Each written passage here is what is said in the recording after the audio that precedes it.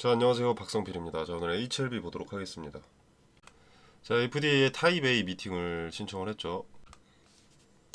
자, 타입 A. 자, 회사 측도 이제 보안 요청서의 지적 사항이 구체적으로 명시되지 않아서 실질적으로 뭘 보완해야 될지를 모르는 거죠. HLB 측도 항소자에게 문제니까 항소자에게 알아서 하겠거니 기다리다가 지금까지 소식이 없던 겁니다. 자, 이전에 공식 블로그에 올렸던 것 기억하시죠? PA를 통해 지적사항이 명확히 파악되었기 때문에 별도로 타입 A 미팅을 진행할 이유가 없습니다라고 했습니다. 그럼 지금 타입 A 미팅을 하겠다는 건 무슨 말입니까? 지적사항을 완벽히 파악을 했고 보완했다는 자체가 거짓이었다는 거죠. 거짓이었다기보다는 지적사항을 완벽히 파악한 적이 없다가 맞겠죠. 거짓을 얘기했으니 당장 팔고 튀어라. 주가 못 오른다. 이런 얘기가 아닙니다. 오르긴 오르겠죠. 제 신청에 대한 기대감 자체는 소멸하지 않았으니까. 근데 주주들에게 명확하게 설명해줘야 될 부분까지도 HLB라는 기업에게 불리하게 작용한다면 말을 하지 않는다는 것은 명확해 보입니다. 자, 1차 때는 파이널 리뷰가 완료되어서 사실상 승인이라고 했었고요. 2차 때는 경미한 지적사항이라고 했습니다. 자, 근데 지금은 타입 A 미팅을 신청을 한다. 자, 조금 부정적인 상황인데 주가는 어제 왜 올랐는지 의문이네요. 재료 송출이 더 딜레이 되는 건데 여기도 나와 있거든요. 타입 A 미팅을 생략하면 승인제 신청이 일정이 앞당겨질 수 있나요? 생략했을 때 앞당겨질 수 있습니다. 근데 이걸 생략하지 못했으니까 앞당겨지는 게 아니라 미뤄지는 거죠. 근데 왜 목요일날 이렇게 올랐는지 모르겠네요. 자, 주가가 오르는 것도 근거가 있어야 받아먹는 겁니다. 근거가 명확하지 않으면 의심부터 해야 되고요. 자, 아무튼 일단 타입 A 미팅에 대해서 좀 설명을 먼저 드리자면, 자, 일단 FDA와의 공식 미팅은 그 목적과 긴급성에 따라서 여러 가지 종류로 나뉩니다. 타입 A, 뭐 타입 B, 타입 C 등으로 나뉘고요. HLB가 진행하고 있는 이 타입 A 미팅은 가장 긴급하고 우선순위가 높은 회의입니다. 자, 뭐 신약 개발 프로그램이 독자적으로 해결하기 어려운 심각한 무슨 난간에 부딪혀서 개발이 중단됐을 때 이런 걸 해결하고 다음 단계로 나아가기 위해서 신청하는 회의라고 정의되어 있고요. 자, 이 타입 A 미팅 신청서를 냈다는 것은 어떤 위기가 발생했다는 것이고요. 그 위기 해결을 위해서 무언가 행동했다라는 의미가 있습니다. 자, FDA의 재심사 분류는 FDA에 제출된 보안 자료를 검토하는데 만약 이 자료가 타입 A 미팅에서 조율된 대로 기업에서 말하는 대로 사소한 보안에 해당하고 새로운 임상 데이터가 없다면 그때는 클래스 1으로 분류를 하고 2개월 내에 클래스 1이니까 2개월 내에 신속하게 검토를 완료합니다. 자, 근데 미팅 결과가 FDA에서 지적했던 큰 문제가 해결이 안 되었다라고 하면 즉시 클래스 2로 분류가 돼버립니다. 6개월이 걸린다는 거죠, 최대. 자, 그럼 미팅 기간이 한 1개월이죠. 1개월, 한 달. 자, 공식 블로그를 보시면 최근 글에 나와 있죠.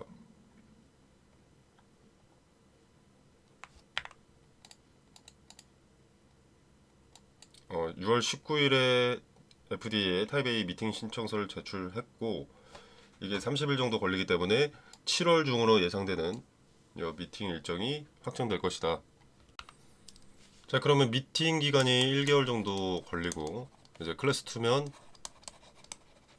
최대 6개월이니까 7개월이 소요될 수 있는 겁니다. 기준은 지금 이 시점부터. 자, 사소한 보안이면 2차례나 CRL을 수령할 이유가 없죠, 사실.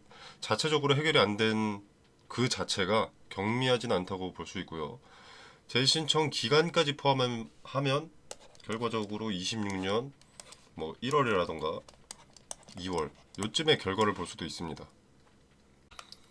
물론 넓게 보면 나쁘진 않습니다. 승인을 받기 위한 하나의 스텝일 뿐이고 승인을 받아내기 위한 기간 연장이니까 나쁘진 않은데 전망 자체, 대다수의 투자자들이 이렇게 판단한다면 돈을 굴리는 놈들, 세력의 계획도 길어지게 되고요.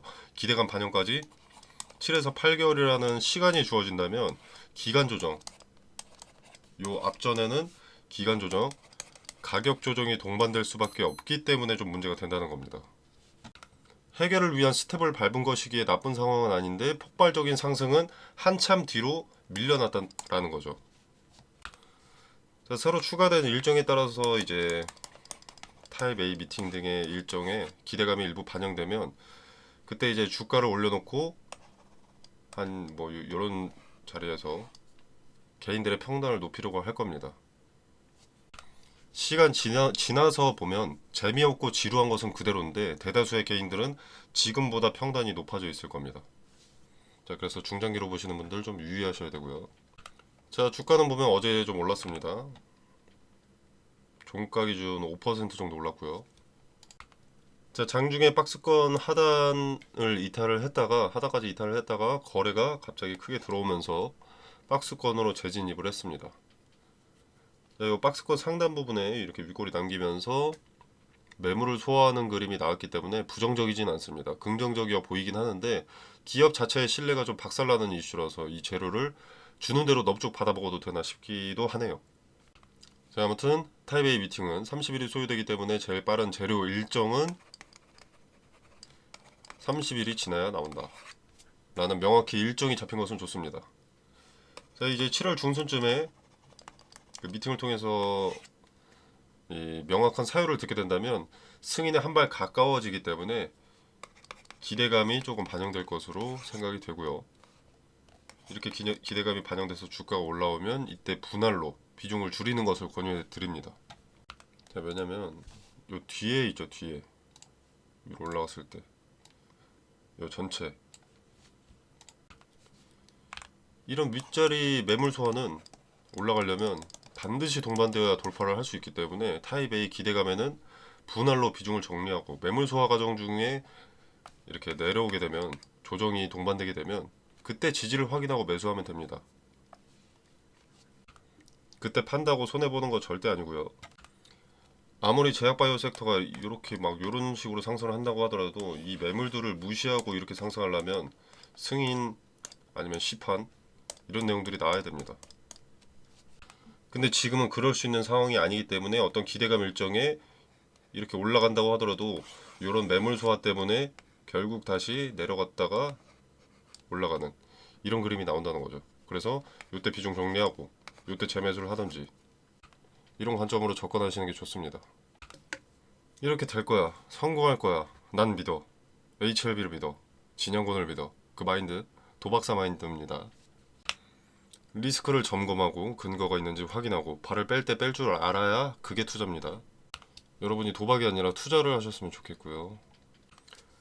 자, 지금 보시면 박스권 하단을 터치하고 중간쯤에 위치한 모습인데 이게 이제 타입 A 기대감 일정이 스멀스멀 다가올 때, 그러니까 7월 중순이 다가올 때 박스권 상단의 윗매물들을 소화를 하고 이런 매물들을 소화를 하고 박스권 상단을 돌파할지 아니면 저항 맞고 내려가는지 확인하면 우리가 무슨 대응을 해야 할지 윤곽이 잡힙니다.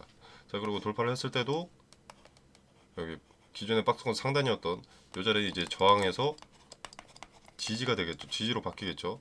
그래서 지지가 되는지를 확인을 하고 강력한 지지대가 구축이 되었다고 하면 이 자리에서 추가 매수도 고려해 볼만 하고요.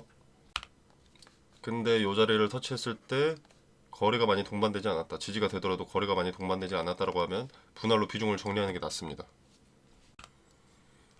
자, 이 부분의 디테일, 대응의 디테일을 텔레그램방에서 설명을 드리고 있고요. 자, 이제 매도가도 말씀은 드리겠지만 매도는 보유자의 자유입니다. 파는 게 낫겠다 싶으시면 매도하셔도 되고 아니다. 나는 들고 가겠다 하시면 들고 가시는 거죠. 저는 참고하시라고 매수가와 매도가 그리고 어떤 방향을 제시한 그 근거를 설명드릴 뿐입니다.